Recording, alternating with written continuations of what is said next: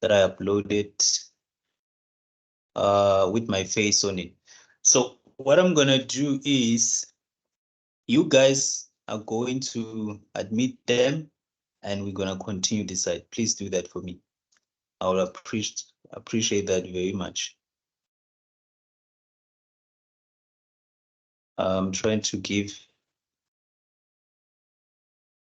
make it.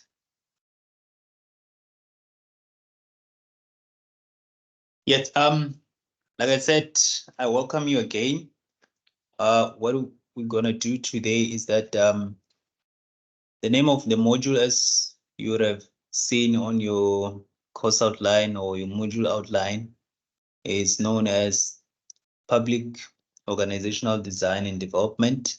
So public organizational development is one of the modules that originate from within public administration due to the new approaches that were later introduced, particularly in the 1970s. So why do I say 1970s? Is because in the 1970s, for us to actually understand why a module was designed, it's very, very important to understand its origin. Because for me, before I go into any topic to say, let's discuss or let's talk about the processes or process of organizing in relation to resource allocation, I don't want to just rush into it. I want to understand why processes of organizing in relation to resource allocation. So history always set the tone or set the scene for someone like me to understand. Or obviously, I've been a student before. I know that when a lecturer just came to class and said, today we're going to do the steps of 1, 2, 3, and they don't build the foundation as to why are we doing this? Is it even necessary for us to learn? Those are some of the questions that I used to have. So that might be the same question that one of you has or have. So what I understand is that some of you is for the first time. Some of you are not working. Some of you already are in the public sector or the public service. So what I'm trying to say here is that as the module says, the public organizational design and development was actually introduced in the late 1970s, but not necessarily as the name suggests, but it was the process of how the public sector was coming to be. So around 1970s, 1980s, if I was to cut it short, because history is a lot, I would say that most African governments began to gain their independence. So what happens is those that colonized them left them with a government that was working for them, not for the people. So African government realized that for us to actually relate or to actually take over our government, we need some sort of restructuring the government, and that will need serious approaches that were already designed within public administration. So what happened is around 1980s, Africa began to be diagnosed with the illness of ill governance. Ill governance meaning that there was a problem in terms of how the new government or the new African government that just started or the ones that they just gain from their masters, how will they continue governing their countries? Because remember, it was more like they were inheriting a government structure that was already structured in a way that was not favoring the majority. So along that line or along those lines, around 1970s, 1980s, there were already the introduction of what we call a new public management. So the new public management was introduced as more like a solution in terms of how the public service or the public sector was going to be restructured to suit the current needs of a certain nation. So for us not to be confused, we'll zoom into the South African context quickly to understand what is happening. For us, we begin to gain our independence after 1994. For those that were born in 1994, they will not know much, but those that already were before then, like you 1980s, 1970s, they will understand the process that took over 1994 and what happened. So what actually happened is that the first president being Nelson Mandela, deputy minister being the former President Thabo Mbeki. What they did was that in 1991, they introduced what we call the new public service regulations, of which was aimed to repeal or to actually shape out some of the apartheid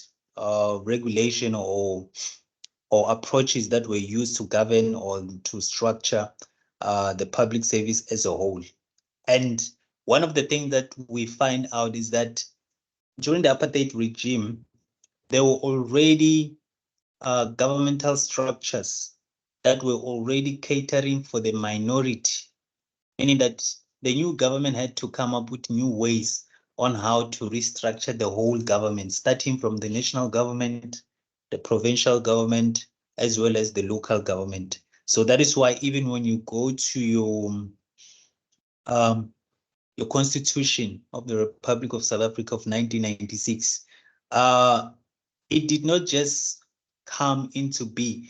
It began in you 1910, 1920, 1990, all these processes until they came up with the perfect, according to them, they call it one of the most fair, or let me just say one of the most famous constitution in Africa, called the South African Constitution of 1996. So when you go to your constitution, you'll find that there are structures or there are processes that were being introduced. You find out how the national government is being structured, how the provincial government is being structured, how your local government is being structured. Why? Because that brings order to understand how are you expected to govern or to at least provide a system that will cater for all people. So what we know is that we do have one national government, 9 provincial governments, and then I think we have about 257 municipalities, the entire government. So the entire local government is made up of district municipalities, metropolitan municipalities, and your local municipalities. So they form that whole sphere of government. We could refer to it as the local government. So once you understand these 3 spheres of government, now what happened is these, or let me just say, each and every sphere to function very well, they need resources. And resources, we're not just talking about money or other things. We're also talking about human resource, the right people that have been trained to actually be employed in various positions. So that is a challenge, considering that that was the first time a new government was being gained by the government of the ANC back then.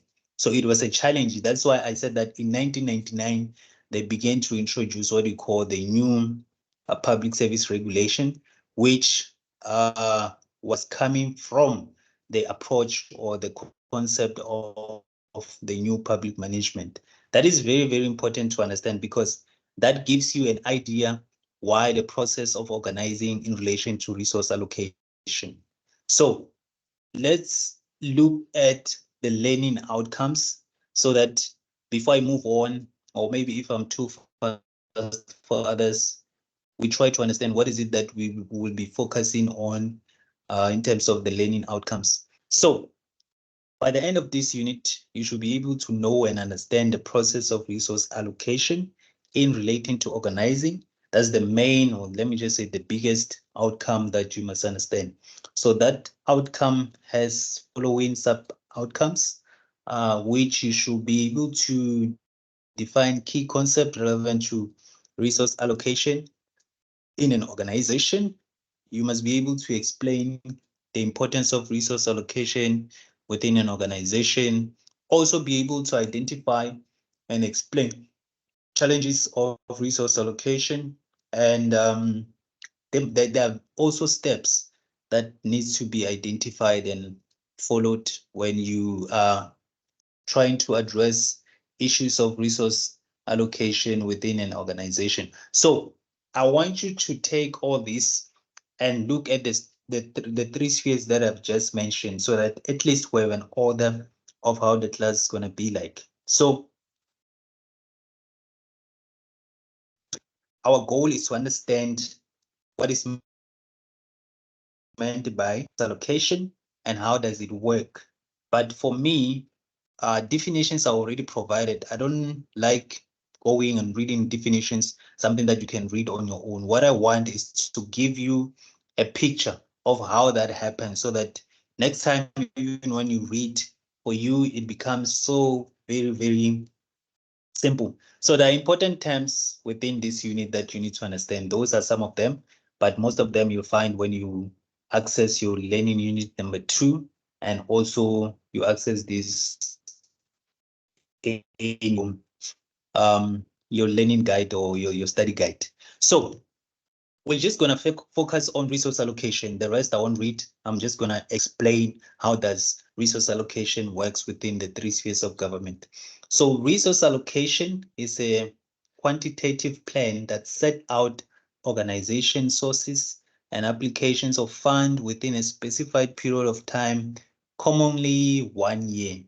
So resource allocation also is the process whereby an organization determines which task should receive the highest priority and which should receive the lowest according to their available resources. Now, those are just words that are used in a definition. They can be confusing for someone that is just reading that to memorize. So here's what happened. Like I said, there is one national government, right? I just want us to bring this picture first. One national government. So the one national government cannot fulfill all its vision, plans, goals, and objectives by itself. You understand? So here it is a government that is already established in the national sphere. They have all these resources, they have all these people, all the money, but they cannot cater for the entire country.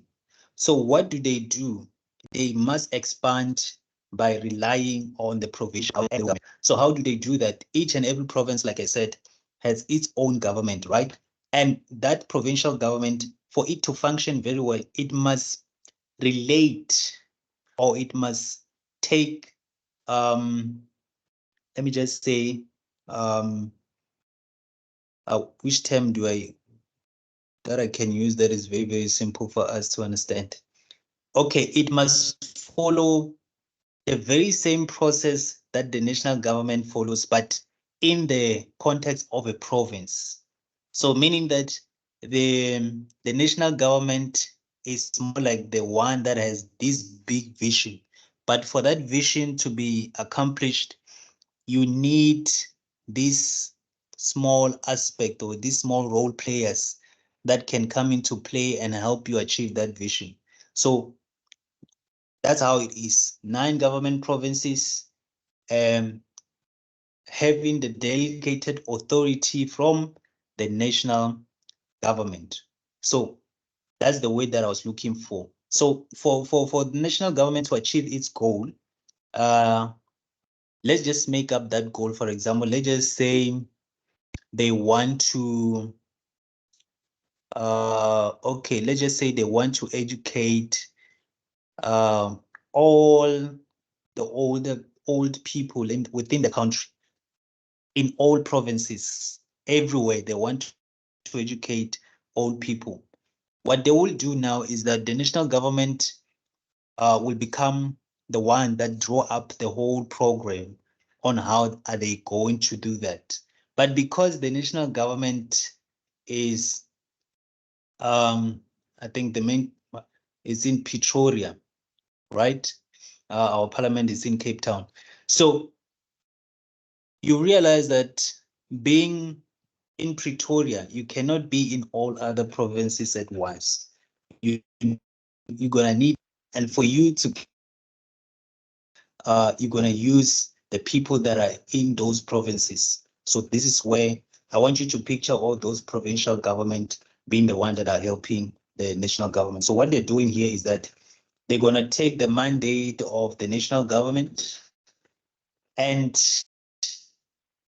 help them provide or design their own provincial need in terms of how are they going to educate that. So the government will do that in line with the bigger vision or the bigger plan or the bigger program that the national government would have designed. So once they do that, they'll present that to, of course, the National Council of Provinces, or let me just say the executive, or let me just say the cabinet, because they're the ones that execute governmental duties at the national sphere, headed by the president as well as cabinet ministers. So what they're going to do, they're going to provide them with that. The national government will realize that, okay, for us to allocate funds, we're going to need the national treasury, since they deal with funds and all those things. So the provincial government would have identified the kind of people that they will need, the kind of teachers, how many people will be required in each district, and so forth and so forth. That's what they do. They come up with all these big plans, right? And then they will provide that the national government will approve based on the need of that province. In other words, each and every province will get the money or the resources based on their needs. How much do they need? That's how it works. That is why the definition says resource allocation is the process whereby an organization determines which task should receive the highest priority and which should receive the lowest according to the available resources.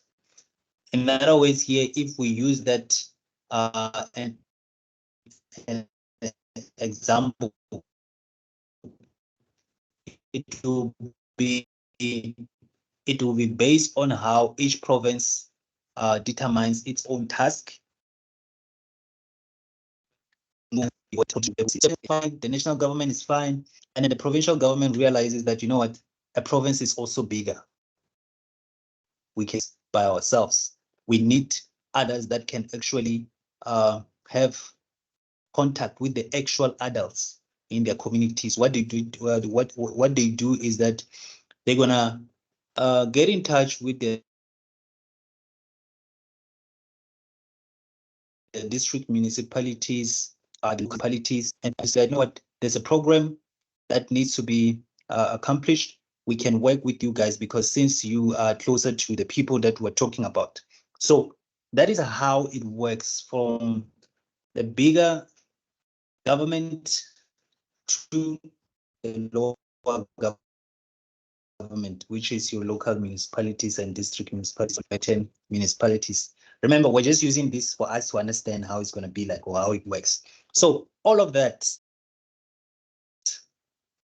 is because of the what we call the new public management, which allows decentralization of duties or management functions. So, but another thing is that in terms of employing people, let me just say the resource, or let me just say human resource allocation, for example, there are certain or they're given limited authorities in terms of employing people. In other words, director generals of certain departments or government departments will be given certain powers to appoint or not appoint certain people, but in most cases they are not given the powers to determine how much a person's supposed to get for a certain position.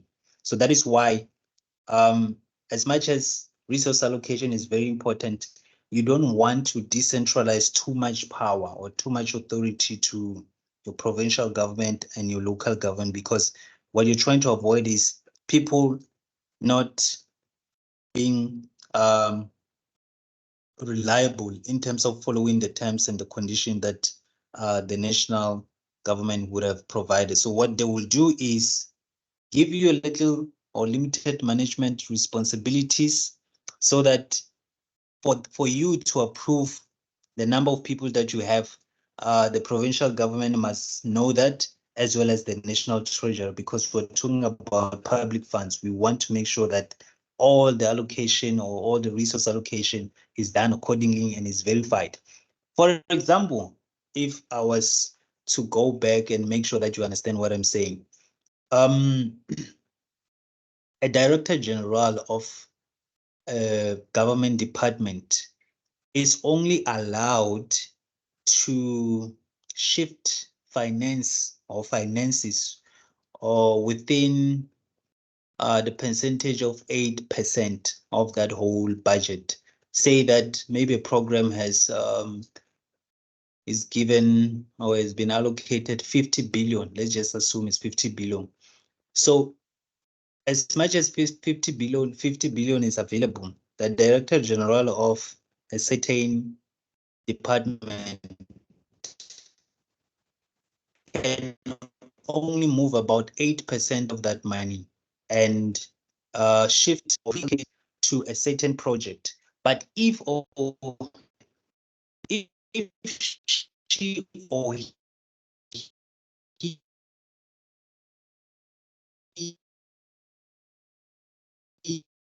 needs to move more than 8% of that money, he or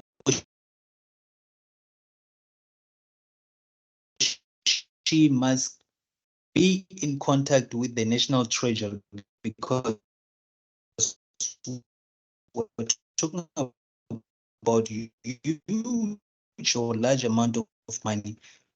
You cannot just allow someone to just have so much power. You see, they're trying to make sure that but they don't give them that much.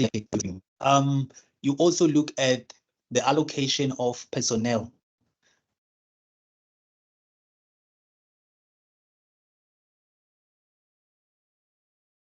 Or human resources. The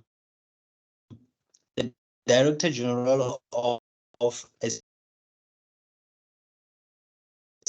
certain government department is not employed by your HR of a certain government department. They will say that the president or the executive has just appointed Dr. So as Director General of a certain government department. So all what I'm saying is resource allocation. They're allocating people in terms of their skills, expertise, experience, and so forth. So what is happening right now in South Africa in terms of resource allocation is that what they do in terms of heads of department, chief directors and directors, what they do is that they fall within what we call SMS, Senior Management Service. So Senior Management Service comprises of your Director General, your Chief Director or your Deputy um, Director General, and then Chief Director and Directors. I'm not, no, the deputy directors are not there. So it's your director general, deputy director general, chief directors, and directors of government departments. So those are the ones that fall within what we call SMS. We refer to them as senior management service. So every time you see SMS in one of the legislative framework, like your Public Service Act of 1994, when you come across SMS, just know that we're talking about those people. So what they do is that those people must have the right qualification, the experience. In most cases, some they are employed on contractual basis, maybe for 5 years, some maybe for 3 years. But for 3 years, it's also been challenged to say that 3 years is very, very little, because once you put someone in that area for 3 years and they have to leave, it's very challenging for the new director to come in and actually fall into place, or to actually get familiar with the place. Because when I did my research, I realized that it takes a new leader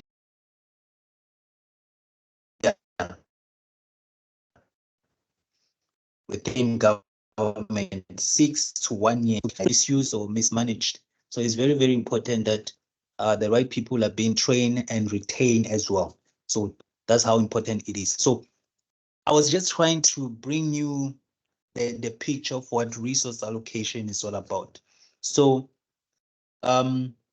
yeah, if you have any other question, we'll deal with questions later on. Let's move to the next slide, and then let's see what resource allocation is all about. Now,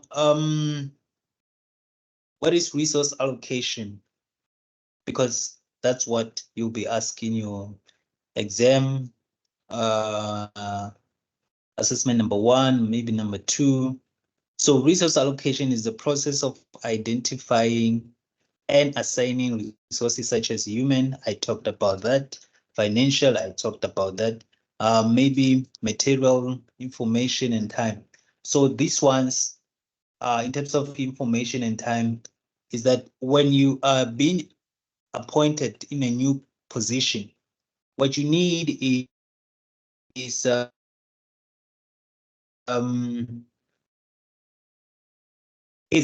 information on what you're expected to do. So this is about your descriptive or your description or your job description in terms of what are you employed to do. Because once you miss that, I'm telling you, it might take you a year trying to find out why are you in a position. So by that time, while you're trying to find out why you're in a position, resources are being misused, or maybe you're misallocating resources to certain activities. Guys, please also check the people that are coming into the class. Admit them. Don't forget, admit them, because they might be waiting in the lobby and I'm busy here. Try to check if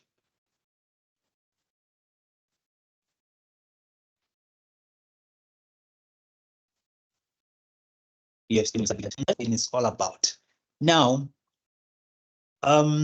here's another thought that I have, that I've been reading on recently.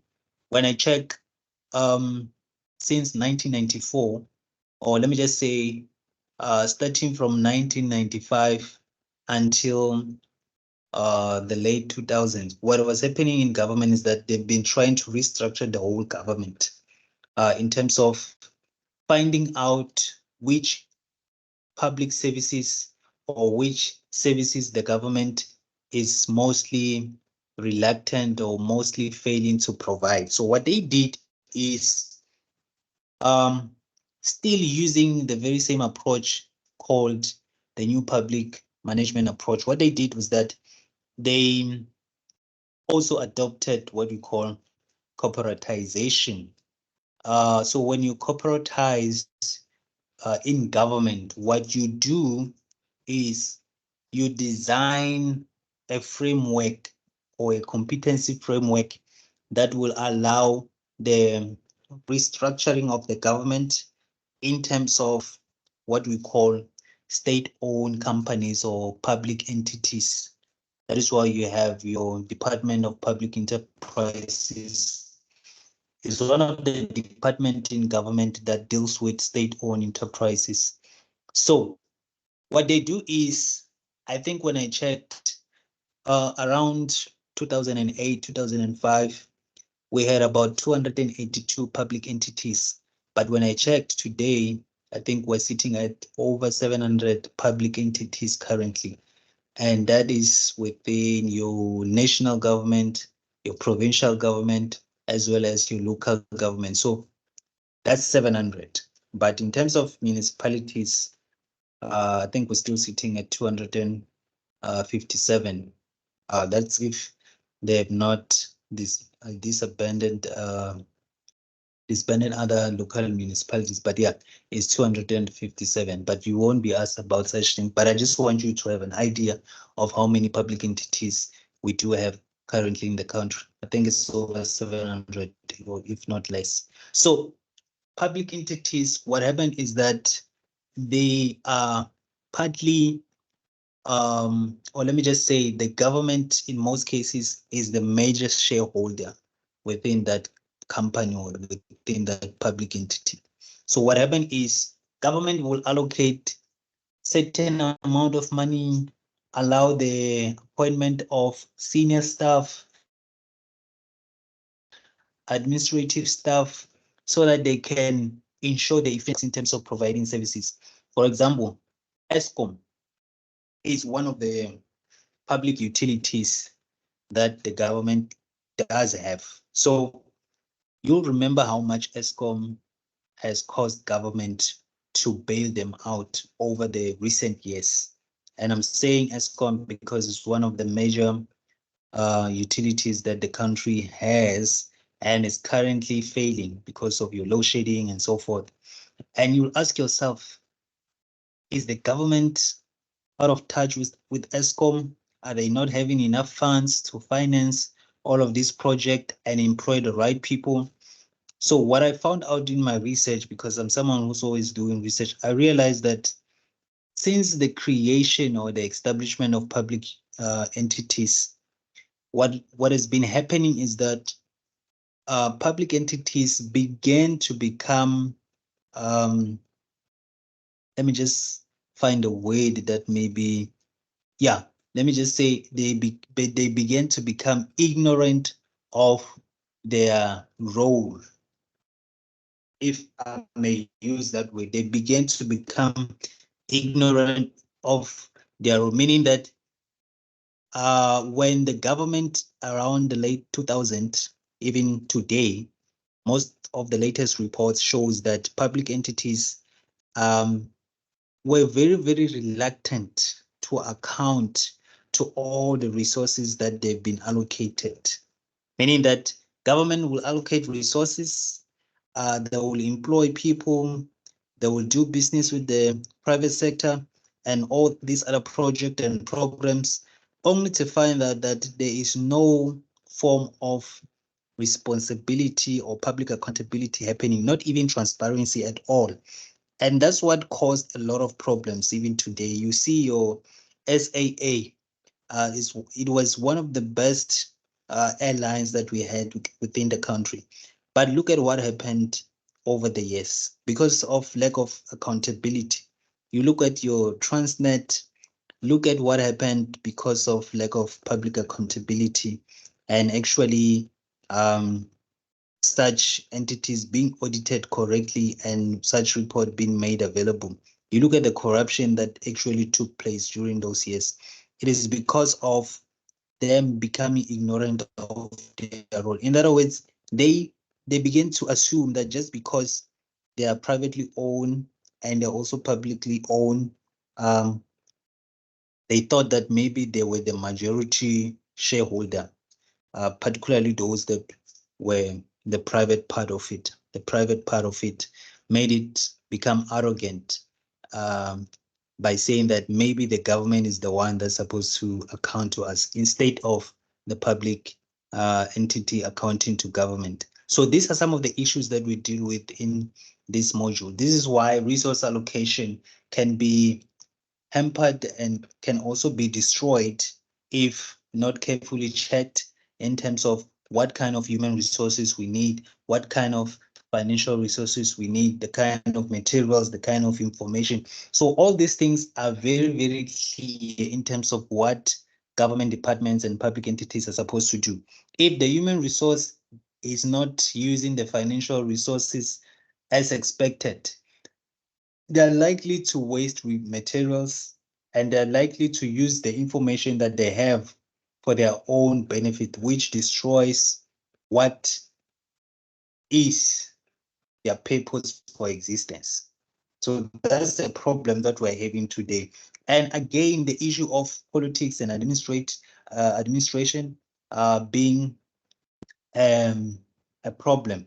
We refer to that as politics and administration dichotomy or interface. What happened is you find that politicians try to mingle or try to contravene with the administrative requirement of each government department or public entity, trying to make sure that they get their way within those entities or within government departments. So what happened is they end up employing or appointing people with lesser skills, but as long as they're loyal to their political parties, which causes a problem because at the end of the day, we establish public entities to become independent, not completely independent, but sort of independent in terms of becoming more efficient in terms of service provision, making sure that what the government could not do, they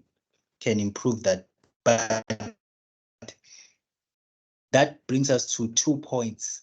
That is to say, public entities that get resources from government, they can be classified or simplified in 2 ways. Number one, the main reason for their existence is that some of them, they do want to improve public service efficiency and also provide most effective service delivery. Other reason is that they use public entities to just shift away from the government and employ people and just to continue and so forth. So those are some of the things that you need to understand. So I can go on and on. I might not finish if I continue with such examples. So from your slides, they are important, or let me just say the importance of resource allocation in an organization. So these are some of the elements that enables the allocation of resources within an organization to be done in a smoother way or smoothly. We have scheduling, utilization, forecasting, planning, and reporting. So these 5, what I can say is that they form part of the importance of resource allocation within an organization. Number one, scheduling. What we're trying to say here is that it is your responsibility, for example, as a public manager, to understand how do you schedule your project or your programs. For example, within a program, you you might have projects that can help your program to be accomplished. So project are smaller work of the program that you would have been appointed to accomplish or to undertake at some point, or you to create small project that will help you to achieve the bigger dream. So utilization, because we deal with resources, you must be able to prioritize first which task needs to be prioritized so that at the end of the day, you can know which resources should be utilized for which specific task. Number 3, forecasting.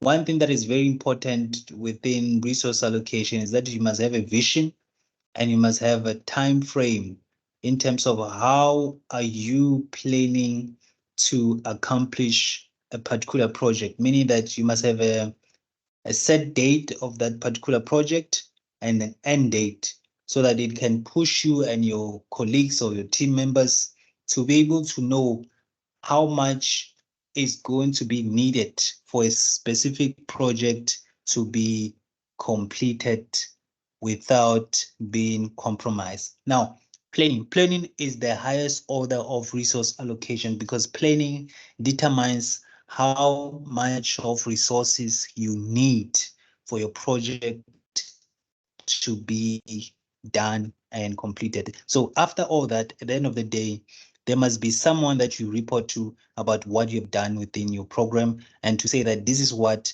I've been given, this is what I've been done, this is what I've achieved, this is a project, these are the areas that we have done this project. So here's report to report back to what or about what we've been recently been doing. So for example, what I would say is that in one of my offices, what we will do is that each and every month we do have project that we undertake. So within that month, maybe even if it's a smaller project, what we do is that we keep record of everything so that at the end of the day, when we write a report, we know that this is what we've done. And not just report includes the project, challenges, the kind of people that we have, the resources that we had, the resources that we don't have, and the resources that we would like to have in the future for us to be able to accomplish our project in the most effective way. So that's what reporting is all about there. So you'll find more information on these five within your study guide as you study and continue. Now, there are also challenges of resource allocation. Now, someone might ask why challenges? Challenges always arise. There's no way everything that you do within your organization does not comprise of challenges. So challenges actually help us to improve. So if you have no challenges within your government or within your office, there must be something wrong there. Or maybe you are the one that is blind to to be failing to identify challenges, because challenges must be the source of creativity. In other words, once you say that your first challenge is limited resources, the first thing that must come to your mind now is that how can you use your limited resources to accomplish more within your project? Because one of the most common principle of the new public management is that you must be expected to do more or to produce more with less. That is how it works. In other words, you do not seek for more resources to accomplish something. You do more with what you already have. For some people, they need more resources. For some, the limited resources that they have, they make other ways to accomplish their goals and objectives. Number two, uncertainty. So this is where you're not sure of how you're going to undertake your project, maybe mostly because of your limited resources, or maybe uh, mostly because of your human resources. Let's just assume maybe your limited resources here, it's skills or skilled personnel or skilled human resources.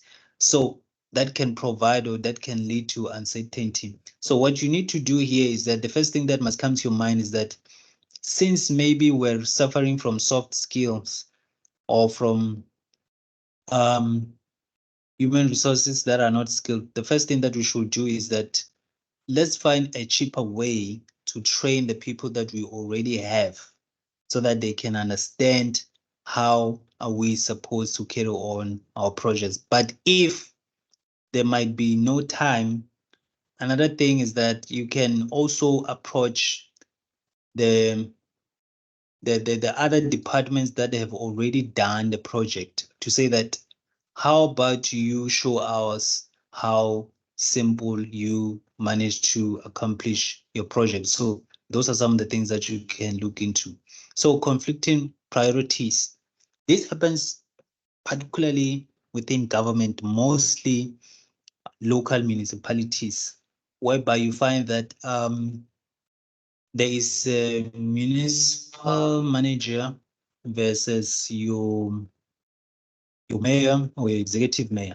You find that the municipal manager did draft the priorities of a project, where or what is it that the municipality need versus what the municipality wants. So you find that everything is being set, and then the executive mayor or the municipal manager is in a meeting with the executive mayor, and they're busy complaining about, why are you starting with this project? I want you to begin with this project. Maybe it might be the issue of, let's just assume that the mayor reside in a specific area, and then they did not choose that specific area as the first one because maybe it was the one area that came late, or for that area to be put first on the list. And you find that the municipal manager also looked at the resources and the money that they have to actually cover small areas first before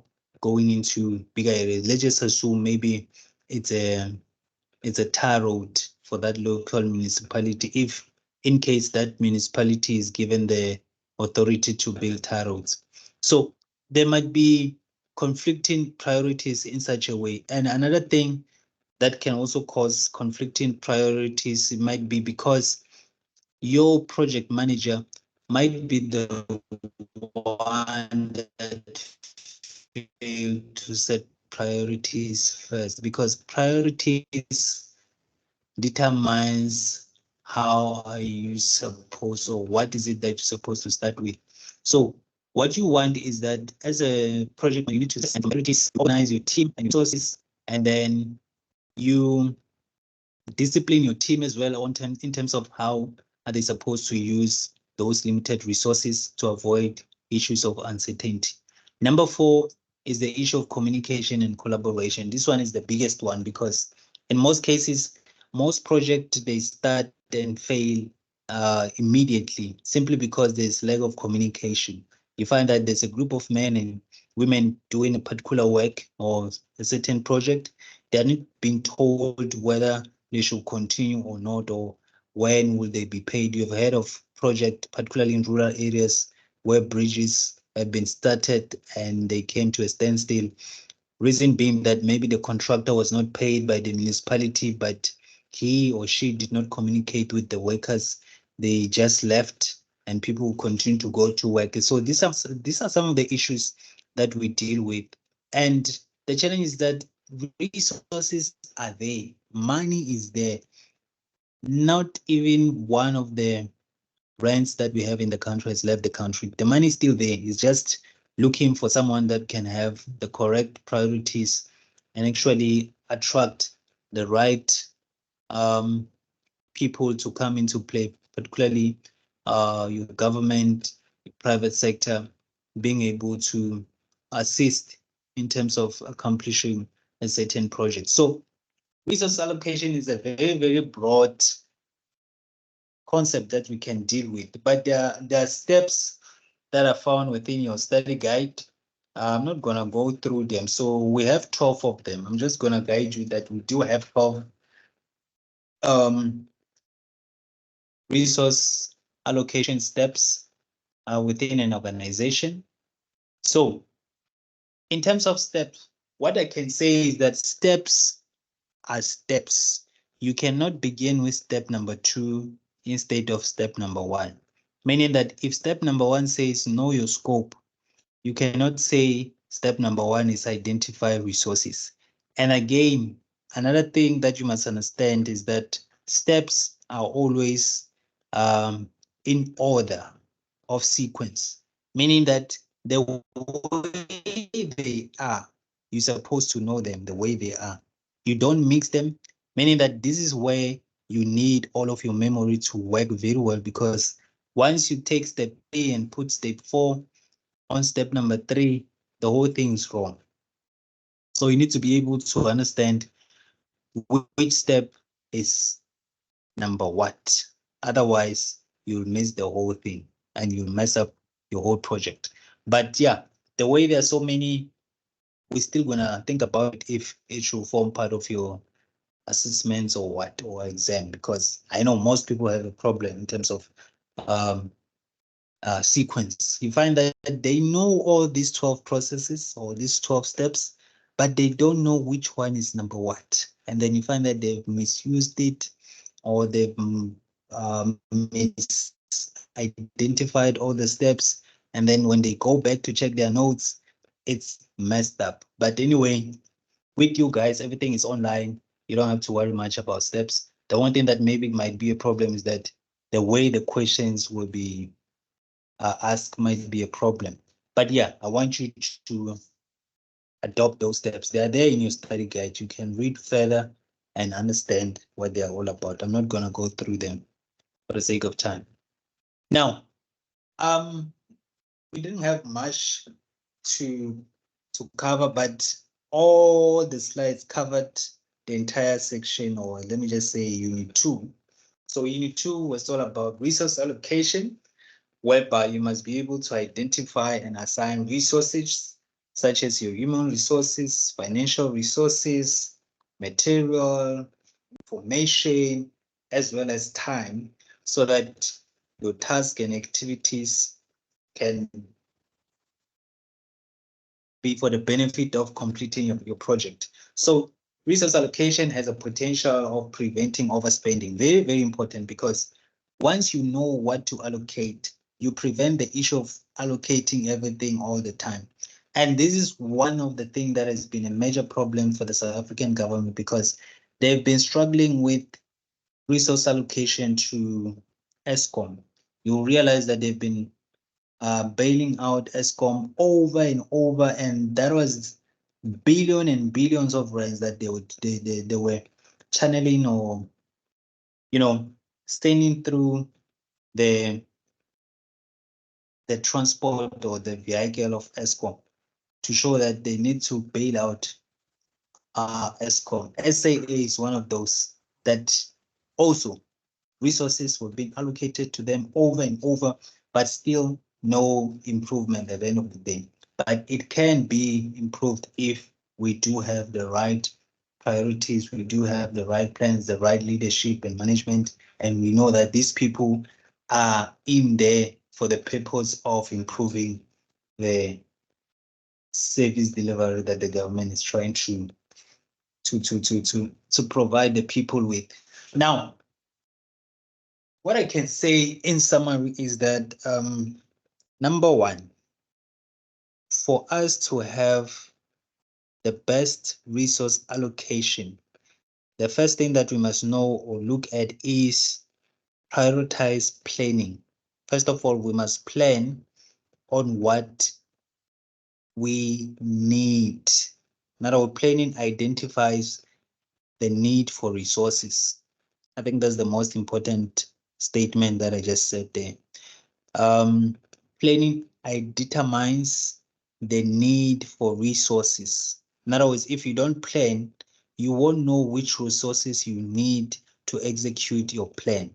That's the first point that I will give you before we close. Number two, prioritization.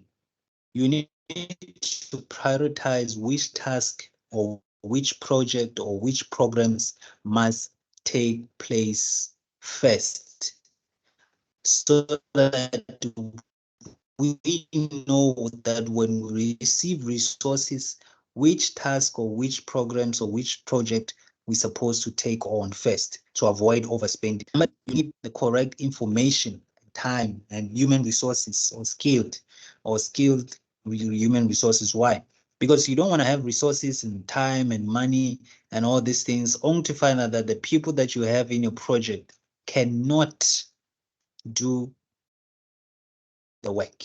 Very, very important, because that's what's happening today. You have the people that have all these resources, but they don't know how to use the resources. So what they do, they end up over spending, or maybe mismanaging the resources. And then at the end of the day, you hear the government saying that there's no money for this and this, only to find out that it is because of poor management or bad leadership or bad management. So those are some of the things that you need to understand. And then lastly, you need proper organizing. Proper organizing is that in each and every organization, You need a group of units that are so skilled, organized, and they know what they need to do. That means that each and every office that you have within your organization must be able to advise you that for us in this office to be able to accomplish one, two, three, here are the numbers or here are the resources that are needed for us to be able to carry on our work. Why? Because at the end of the day, the vision of the organization is determined or is accomplished by these little offices that you have. Same thing as I said when I said the national government has this big vision, for example, to educate